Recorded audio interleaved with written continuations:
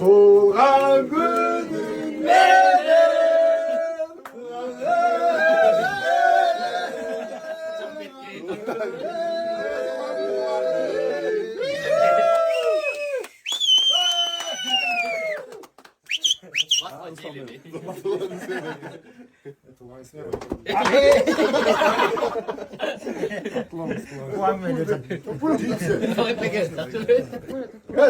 Şöyle bırak. Tuğan ismi. Денсаулық болыңыз, көп жашаңыз. Құдай бұйырса, Астанаға барып лучший игрок болып келіңіз. Лучший игрок! Ержан, арада басып отыр. Жеңишиңер кутты болсун. Кыргыз элин жеңиши бул.